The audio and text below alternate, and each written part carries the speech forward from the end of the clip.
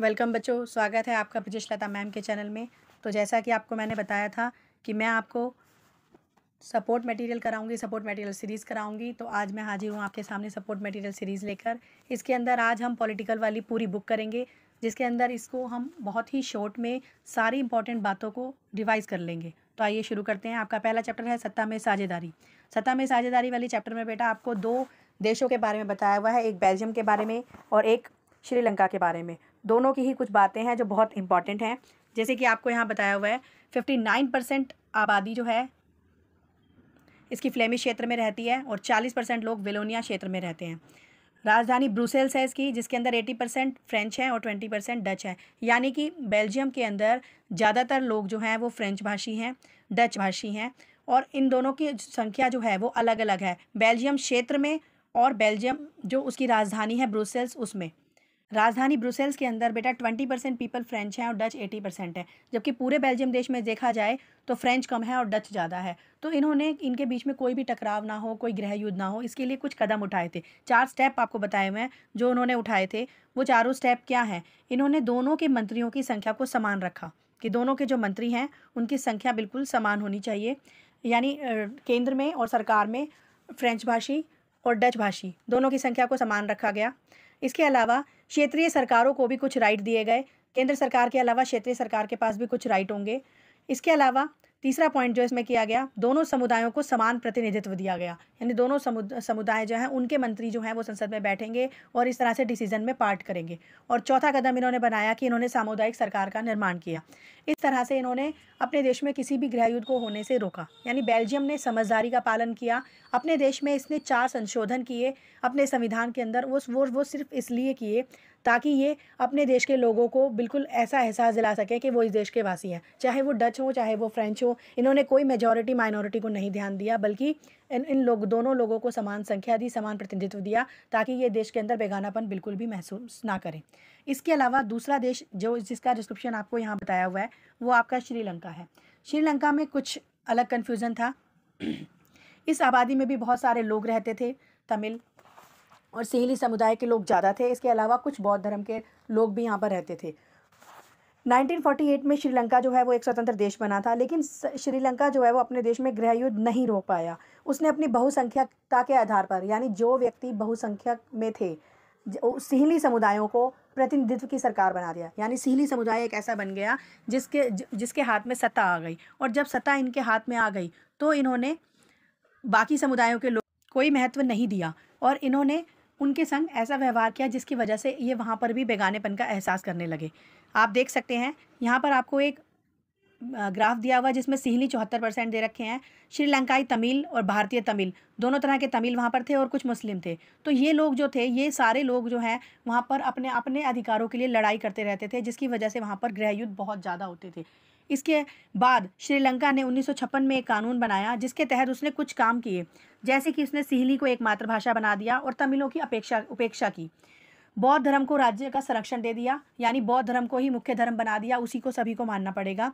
और सरकारी नौकरियों में भी सिंहली भाषी लोगों को प्राथमिकता दी गई। यानी उन्होंने सारे ऐसे स्टेप उठाए जिसकी वजह से तमिलों को बिल्कुल दरकिनार कर दिया गया और उनके संग अच्छा व्यवहार नहीं किया गया।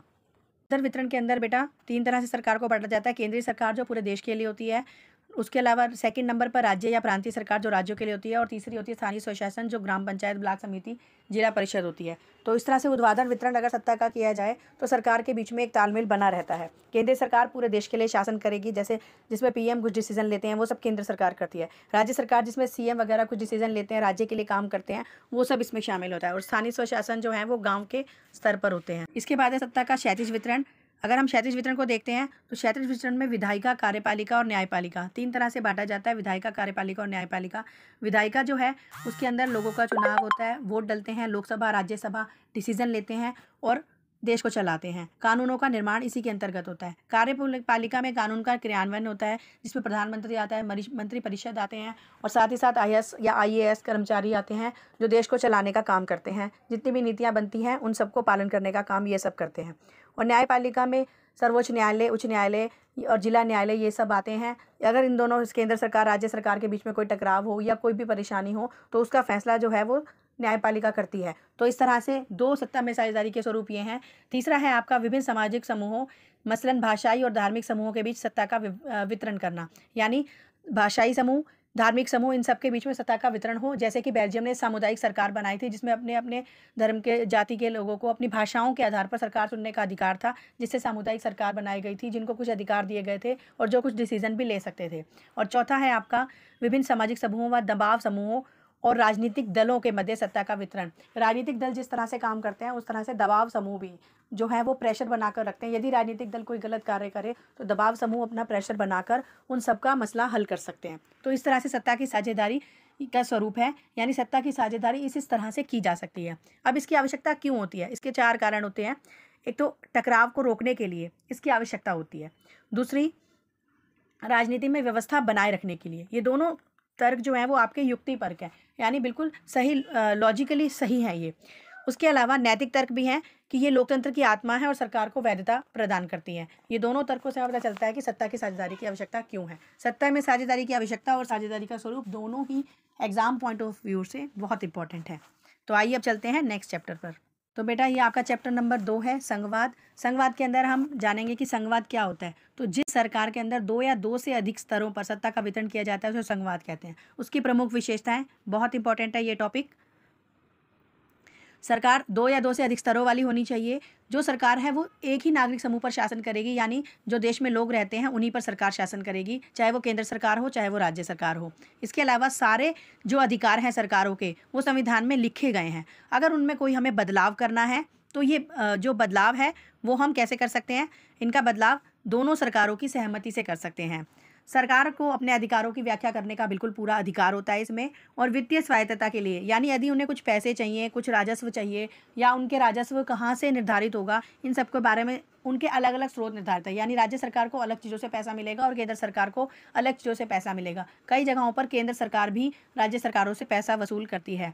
इसके अलावा इनका पूरा उद्देश्य जो होता है वो क्षेत्रीय विविधताओं का सम्मान करना है और देश की एकता को बढ़ावा देना है। ये सारा संघवाद की विशेषताएं हैं। अब आगे देखो बेटा आप, संघात्मक सरकार और एकात्मक सरकार। संघात्मक सरकार 2 या 2 से अधिक स्तरों वाली सरकार होती है। केंद्र सरकार, राज्य सरकार उनको कोई आदेश नहीं दे सकती क्योंकि दोनों स्तर समान रूप से कार्य कर रहे होते हैं। राज्य सरकारों के पास अपनी शक्तियां होती हैं और केंद्र सरकार के पास अपनी शक्तियां होती हैं। और जनता के प्रति राज्य सरकार जो है वो उत्तरदायी होती है, जैसे भारत, कनाडा, जर्मनी, ये सब इसी के ऑप्शन। हमारे देश में भी संघात्मक सरकार है। एकात्मक सरकार वहाँ होगी जिसमें एक स्तर होगा और वो बहुत प्रभावशाली होगा, बाकी सारे स्तर उसके अधीन होंगे, यानी राजा प्रमुख होगा। केंद्र सरकार राज्य सरकार को आदेश दे पाएगी और उन्हीं को जवाबदेह होंगी। केंद्र सरकार के प्रति राज्य सरकार जवाबदेह होगी, जबकि इसमें क्या था, राज्य सरकार जो है जनता के प्रति जवाबदेह होगी। फ्रांस और चीन इसके उदाहरण हैं। इसके अलावा संघवाद के 2 प्रकार हैं, साथ आकर संघ बनाना और साथ रहकर संघ बनाना। साथ आकर में जो भी देश होते हैं वो खुद साथ आते हैं, मिलते हैं और अपना राज्य बना लेते हैं। जैसे संयुक्त राज्य अमेरिका, उसके अंदर जितने भी उपनिवेश हैं वो सब इकट्ठे होकर उन्होंने अपना राज्य बनाया। सबके पास अपनी शक्तियाँ बराबर होती हैं, सभी स्वतंत्र होते हैं और एक बड़ी इकाई यानी एक बड़े देश का निर्माण करती हैं। जबकि साथ रहकर संघ बनाने में एक मुख्य व्यक्ति या एक मुख्य देश द्वारा बाकी सारी चीज़ों को कलेक्ट किया जाता है, यानी बाकी सारे राज्यों को कलेक्ट किया जाता है। जैसे भारत के अंदर अपनी आंतरिक विविधता को ध्यान में रखते हुए उन्होंने राज्यों का गठन किया और इसे जोड़कर एक भारत बनाया, तो इसे हम साथ रहकर संघ बनाना कहते हैं।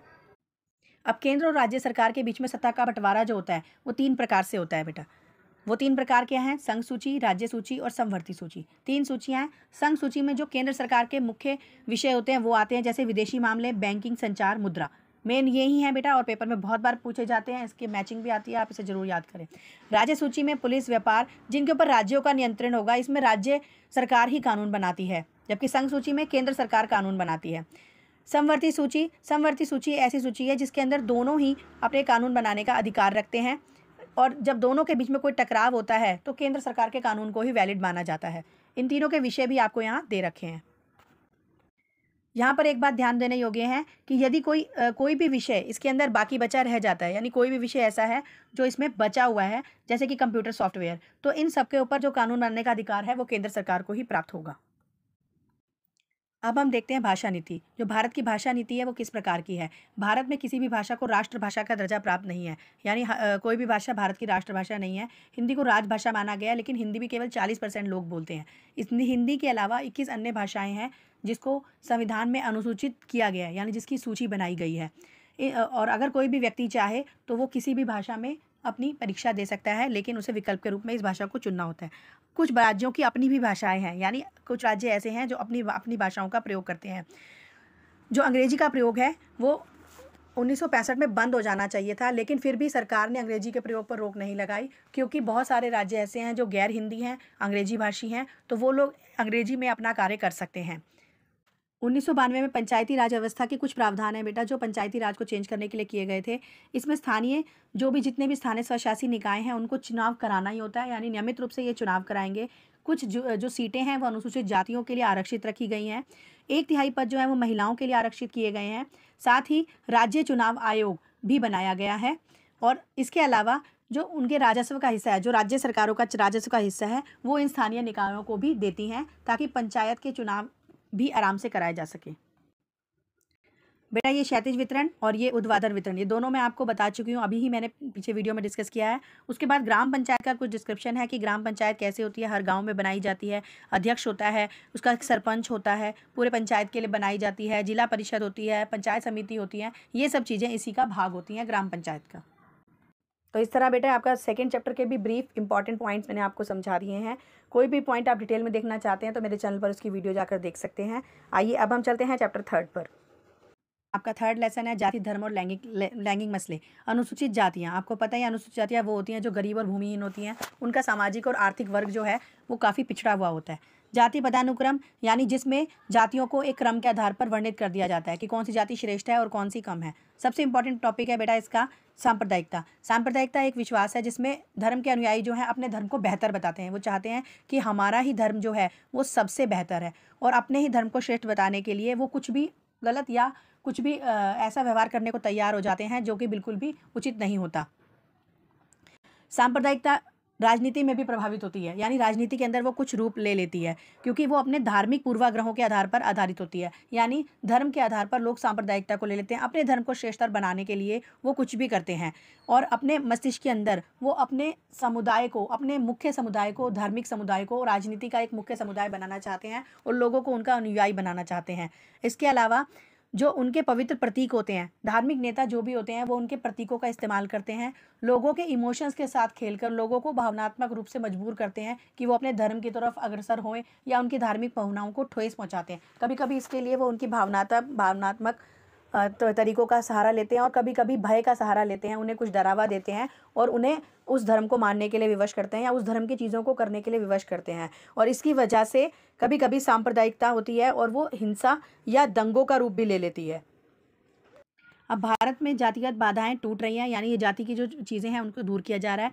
वो किस तरीके से किया जा रहा है? केवल शहरीकरण, साक्षरता, शिक्षा का विकास, इन सब चीज़ों के द्वारा लोगों के अंदर जागरूकता आ रही है, और वो जातिगत भेदभाव से ऊपर उठने लगे हैं। भारत में धर्म और राजनीति को लेकर गांधी जी ने एक प्रमुख बात कही है कि धर्म को राजनीति से अलग नहीं किया जा सकता। लेकिन उन्होंने धर्म को यहाँ पर हिंदू या मुस्लिम धर्म नहीं माना है, उन्होंने धर्म को नैतिकता माना है, जिसमें एक अच्छा विचार हो और एक अच्छा कार्य देश के लिए किया जाए। यहाँ पर नारीवादी और नारीवादी आंदोलन भी है। नारीवादी यानी महिलाओं और पुरुष को समान कार्य के लिए समान वेतन देना, समान अधिकार देना, ये सब चीज़ें नारीवादी आंदोलन में है। और समानता, महिलाओं को समानता दिलाने के लिए जो भी आंदोलन किया जाता है वो नारीवादी आंदोलन का ही भाग है। जबकि श्रम का जो लैंगिक विभाजन है उसका मतलब ये होता है कि श्रम को लिंग के आधार पर बांटना, यानी जो बाहर के काम है वो पुरुष करेंगे और जो घर के काम है वो महिलाएं करेंगे, यानी श्रम को लिंग के आधार पर बांटा गया है।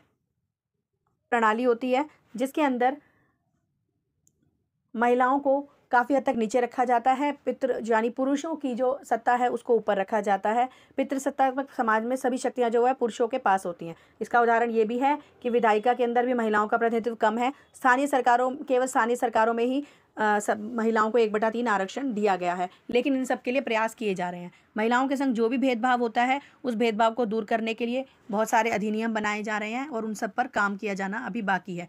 भारत में जो है वो लिंग अनुपात भी बहुत कम है, क्योंकि सभी लोग बेटा चाहते हैं और बेटे की इच्छा नहीं रखते हैं। तो महिलाओं के साथ भेदभाव के भी ये कुछ इंपॉर्टेंट तथ्य हैं जो आपको पढ़ने हैं।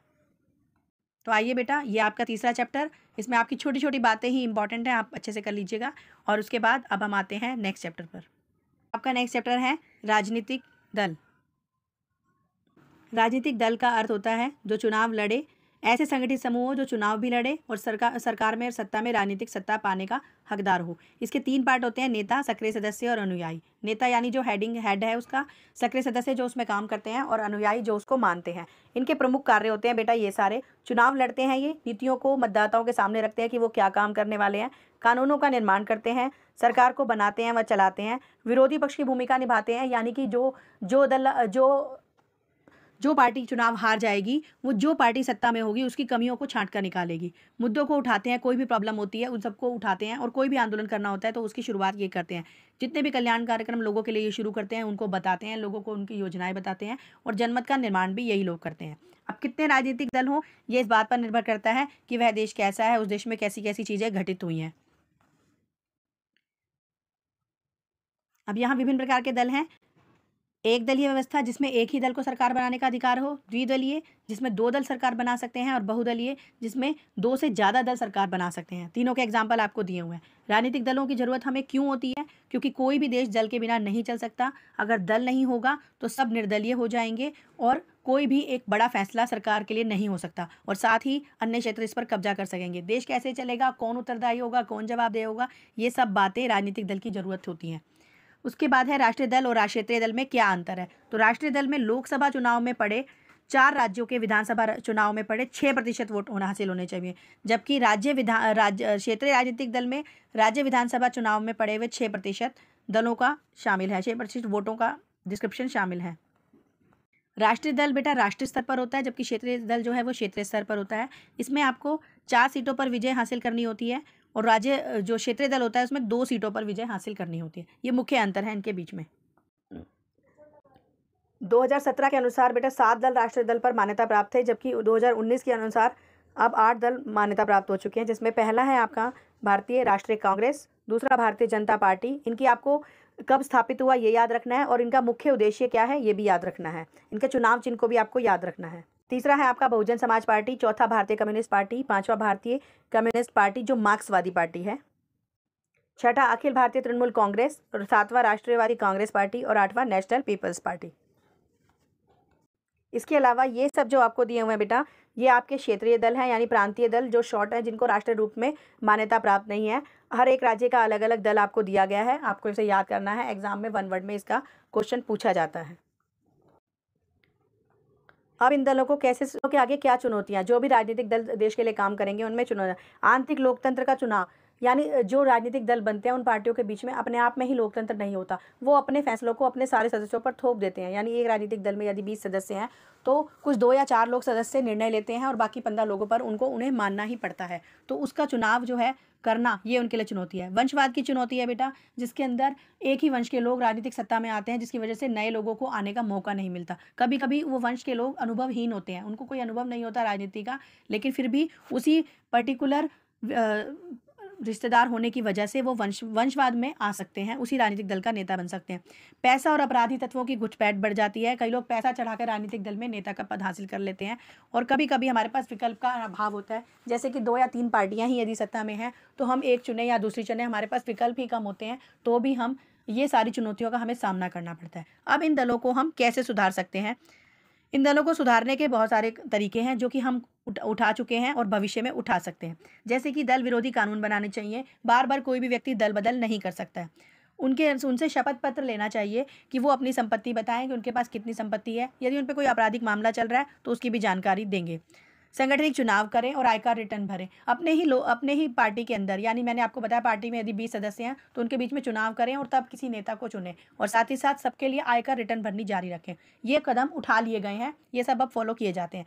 भविष्य में भी कुछ किए जा सकते हैं, जैसे कि सदस्यों का रिकॉर्ड रखना, कि जो लोग हैं उनका रिकॉर्ड रखा जाए, वो कहाँ है। महिलाओं के लिए सीटों को रिजर्व किया जाए। चुनाव का खर्च जो है सरकार उठाए, ताकि अपनी संपत्ति का प्रयोग चुनाव में ना करें और कोई भी अपना प्रभुत्व ना जमा सके, और लोगों की भागीदारी को बढ़ा चढ़ाकर पेश किया जाना चाहिए। तो ये आपका बेटा राजनीतिक दल वाला चैप्टर भी यहाँ पर रिवाइज हो जाता है। सारे इंपॉर्टेंट टॉपिक आपको मैंने करा दिए हैं, और फिर कह रही हूँ कि आपको कोई भी टॉपिक देखना है डिटेल में तो आप मेरे चैनल पर जाकर देख सकते हैं। मेरे चैनल को सब्सक्राइब कर सकते हैं, वीडियो को लाइक करें।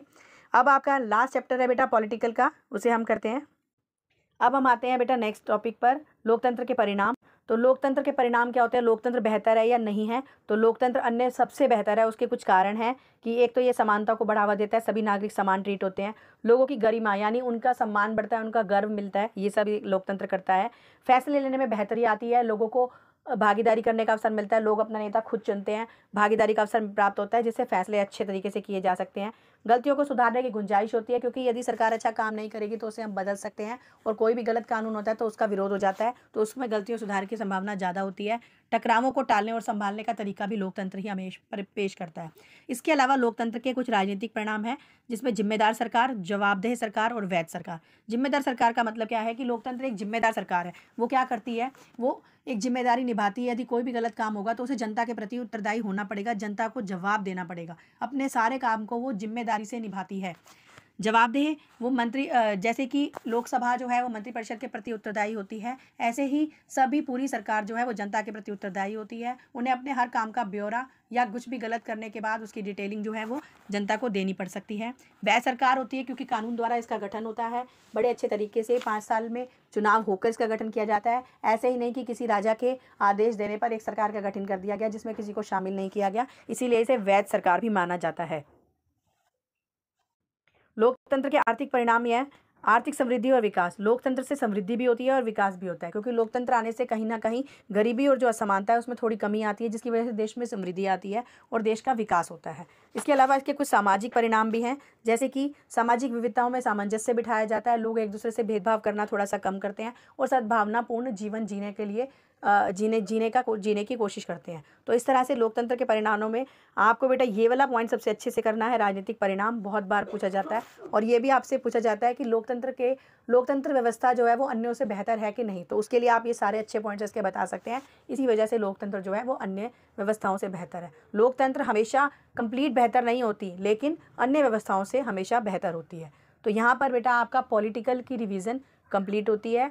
तो इस तरह से आपको बाकी तीन बुक्स की रिवीजन भी अगर देखनी है तो वीडियो को लाइक करें, चैनल को सब्सक्राइब करें। आई होप आपको ये वीडियो अच्छी लगी होगी। कमेंट सेक्शन में ज़रूर बताएं, और आप किस तरह की वीडियो और चाहते हैं ये भी मुझे बताएं। Thank you, good bye.